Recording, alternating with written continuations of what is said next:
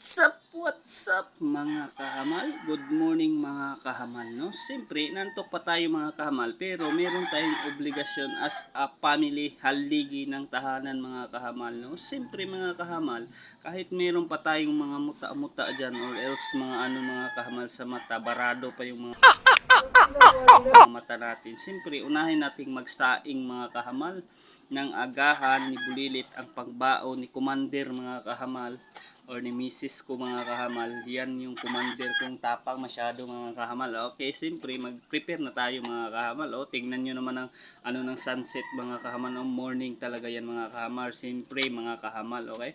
Shout out pala ako sa daddy dyan, no? Na mga sisipag, kagaya ni mga kahamal, no? Kahit aga pa masyado. At siyempre mga kahamal, pagkatapos kong magluto, naglinis ako ng kunti at naghugas ng pinggan mga kahamal.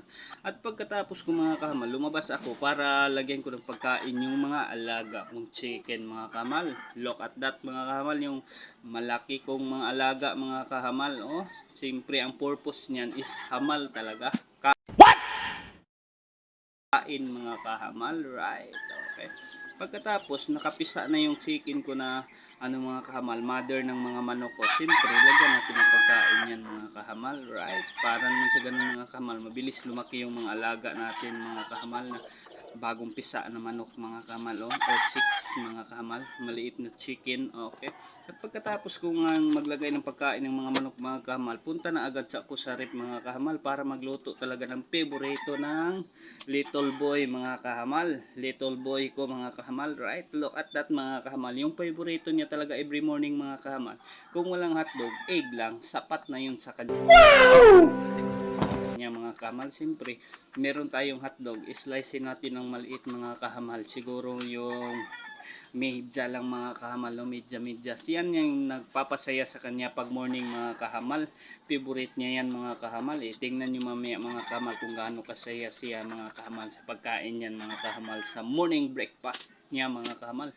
Siyempre mga kahamal, lutuin na natin yan mga kahamal, matik-matiki natin yan mga kahamal. Tingnan nyo masyado mga kahamal, yung square nating hotdog, maliit masyado mga kahamal. Masarap yan mga kahamal, sigurado talagang hahanapin yan ng anak ko mga kahamal. 100% masarap talaga masyado yan. Simple, ilagay ko na yung ating mga kahamal, egg mga kahamal, para masarap masyado. Habang nagsasaing na ako ng mga kahamal, yung ininit na tubig para pang kopi ko, siyempre nilagyan ko na rin si commander ko ng baon, saka na ako para mabahaw yung natin mga kamaluto. Siyempre pagkatapos ko mga kahamal ng magsaing at saka magluto, niligo ko na si little boy ko mga kamal. Tingnan nyo naman mga kamal, ayaw pa sanang maligo. Kaso mga 3 araw na hindi naliligo, mabaho na talaga siya mga kahamal. Siyempre, liliguin natin yan para mabango, para papugi points talaga yan.